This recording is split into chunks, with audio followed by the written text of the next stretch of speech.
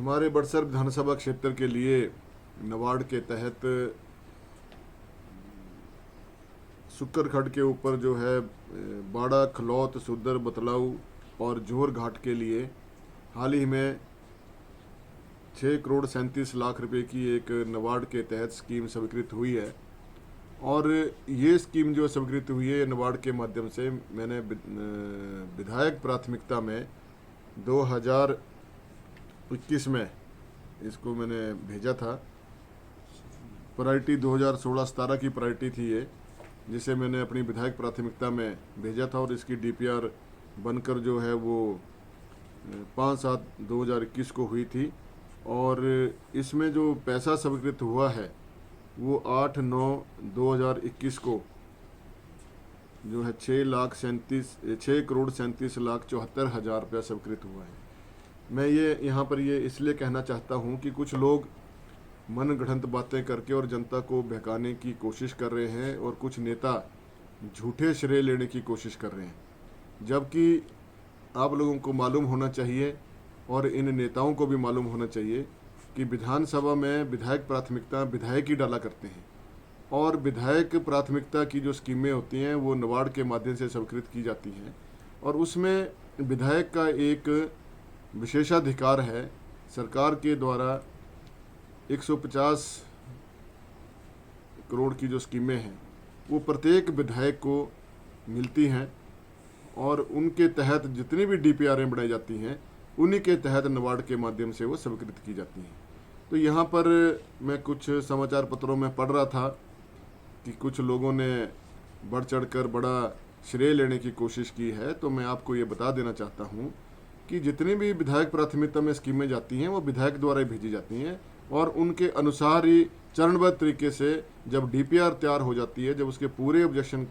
समाप्त हो जाते हैं, तभी जो है नबार्ड से पैसा सेंक्शन होता है। ये कुछ लोग छुट भये नेता इस तरह की जो जनता के बीच में भ्रम फैलाने की कोशिश करते हैं वो सरासर न्याय संगत नहीं है और जो सच्चाई है वो मैं आपके सामने रख रहा हूँ। इसी प्रकार से एक जरड़, मांजरू और उसके आसपास के जितने भी गांव हैं, बराल, नाला, ग्राम पंचायत चकमों पर एक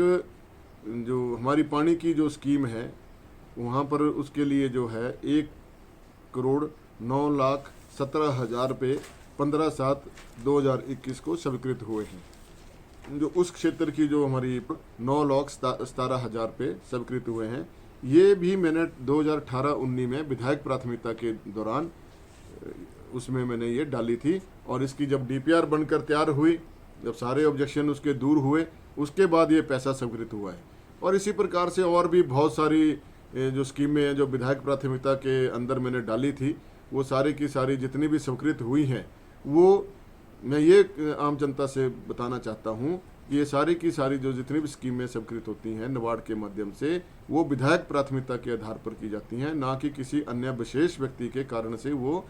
स्वीकृत होती हैं। इसके लिए मैं जहाँ नबार्ड का धन्यवाद करता हूँ वहीं माननीय मुख्यमंत्री महोदय का भी धन्यवाद करता हूँ, क्योंकि पिछली प्लानिंग की मीटिंग में हमारी बैठक हुई थी जनवरी महीने में,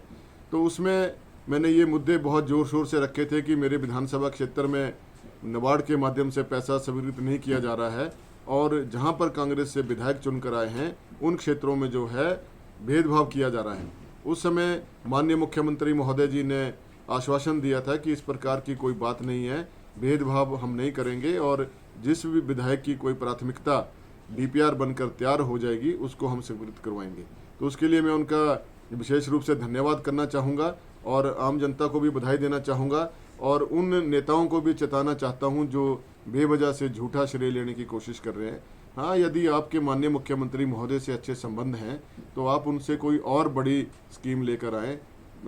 इलाका वासियों के लिए, उसका हम भी स्वागत करेंगे और उसमें हम आपका धन्यवाद भी करेंगे। लेकिन ये कहना कि ये सब कुछ आपने ही किया है, ये सरासर गलत है और जिसने किया है उसका धन्यवाद अवश्य करना चाहिए। यदि हमारे विधानसभा क्षेत्र में माननीय मुख्यमंत्री महोदय कुछ सौगात देते हैं, कुछ पैसा स्वीकृत करते हैं तो उसके लिए हम उनका धन्यवाद करते हैं। लेकिन भारतीय जनता पार्टी को पता नहीं क्या हो जाता है, जो ये भी नहीं सोचते हैं कि विधायक द्वारा जो काम किए गए हैं या करवाए जा रहे हैं उनका कम से कम धन्यवाद तो कर दिया करो। हम तो माननीय मुख्यमंत्री महोदय का धन्यवाद करते हैं कि वो हमारे क्षेत्र में आए और यहाँ के क्षेत्रों के निवासियों के लिए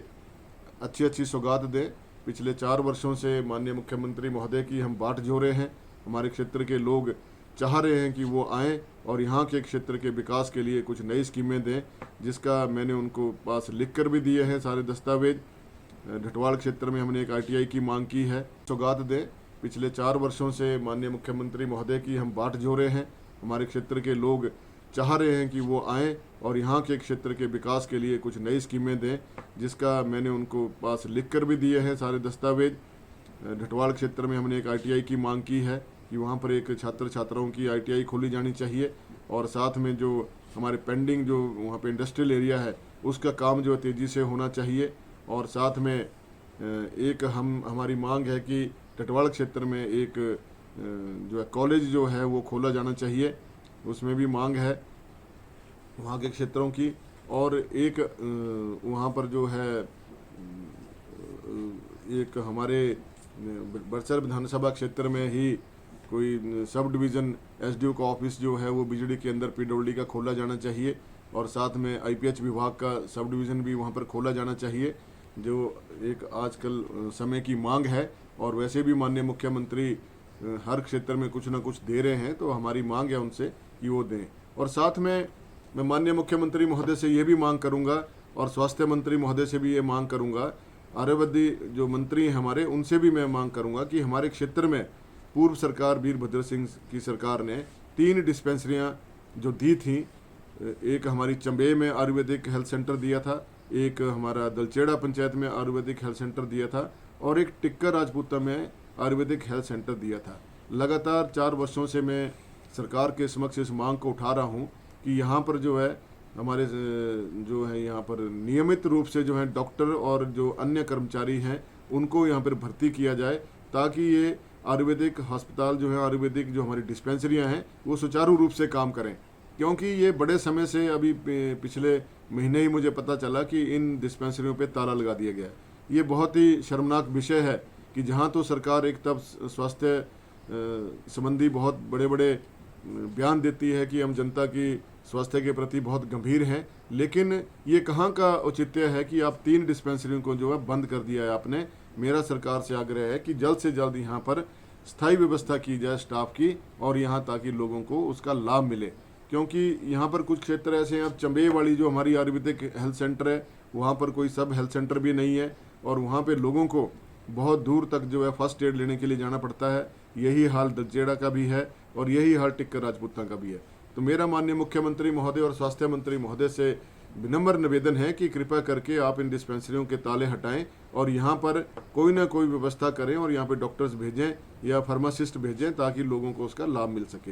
Himalayan group of professional institutions लगातार 19 वर्षों से शिक्षा के क्षेत्र में बुलंदियों को छू रहा है। प्रशिक्षित अध्यापकों और गुणवत्तापूर्ण शिक्षा के बलबूते यह संस्थान अभिभावकों व विद्यार्थियों की पहली पसंद बन गया है।